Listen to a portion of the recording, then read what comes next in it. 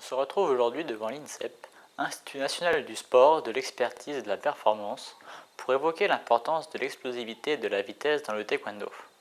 Depuis déjà plus de 30 ans, cet institut assure la formation des plus grands sportifs et champions français tels que Tony Estanguet, Teddy Riner, Gladys Sepang ou Michael Boro.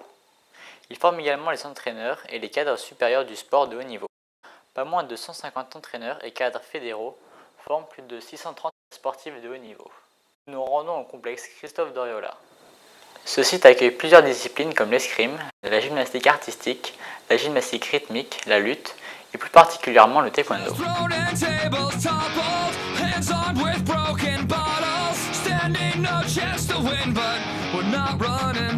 CEP regroupe une trentaine d'athlètes qui s'entraînent au sein de la structure toute l'année, notamment Abby Niaré, vice-championne olympique à Rio.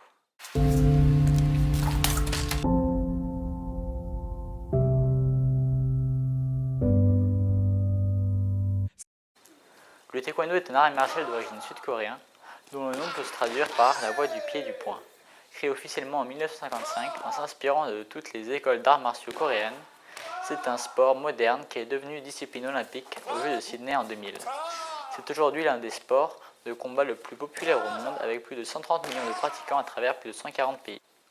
Le taekwondo est un sport d'opposition, duel, qui voit s'affronter deux adversaires de même catégorie, de même poids, âge et sexe.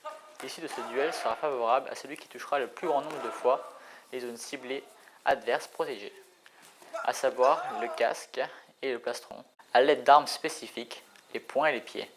Chaque combat a une durée maximale déterminée, 3 rounds de 2 minutes. Il se déroule sur une aire de combat octagonale délimitée. Le score s'affiche en temps réel. Pour évoquer l'importance de l'explosivité dans le taekwondo, nous recevons aujourd'hui M. Michael Boro, entraîneur des équipes de France au pôle national de l'INSEP. Bonjour Michael, pourriez-vous dans un premier temps vous présenter d'abord en tant qu'entraîneur, puis en tant qu'ancien sportif de haut niveau? Alors, je m'appelle Michael Boro, j'ai 42 ans.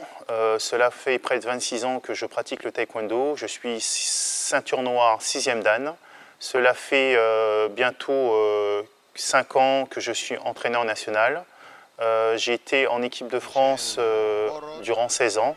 Mon palmarès, c'est je suis 2 fois vice-champion du monde, vainqueur de la Coupe du Monde, champion d'Europe, champion du monde universitaire, vainqueur des universiades et vainqueur de la Coupe du monde. Quelles sont selon vous les qualités essentielles que de posséder un taekwondoïste de haut niveau? Alors, le taekwondo est un sport de percussion. L'idée consiste à toucher son adversaire plus de fois qu'il ne touche. Cela sous-entend des actions explosives, des frappes ou des déplacements. Donc pour moi, la qualité première, c'est la vitesse, l'endurance de force et la souplesse. Depuis janvier 2007, les règles du taekwondo ont été changées sous l'impulsion d'un collectif d'entraîneurs internationaux, afin de rendre les combats plus vivants et ainsi permettre une plus grande médiatisation. Quelles sont les principales modifications introduites dans ce nouveau règlement?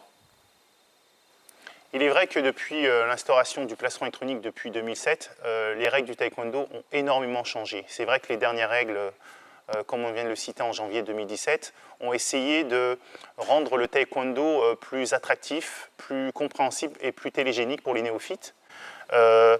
Les règles qui ont changé sont, par exemple, il est interdit de maintenir la jambe en l'air trop longtemps, ce qui empêchait aujourd'hui l'expression des combattants.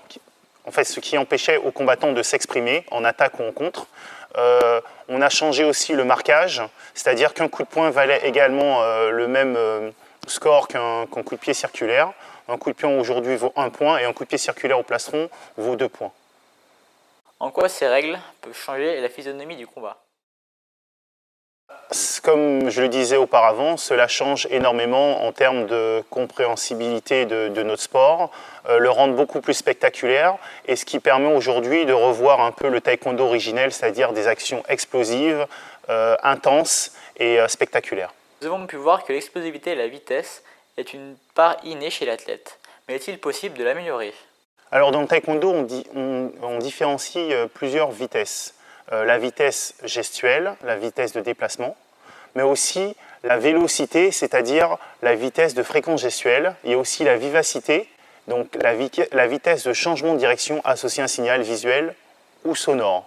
Donc on peut la développer de façon orientée, Donc ça peut être des exercices de pliométrie, des exercices de squat, des bondissements, du taping ou spécifiques, c'est-à-dire avec un adversaire, une cible mouvante face à un signal visuel ou sonore. On essaye d'exécuter le mouvement le plus rapidement possible avec des successions d'attaques ou de contres. Merci Mickaël d'avoir évoqué l'importance de l'explosivité dans le taekwondo.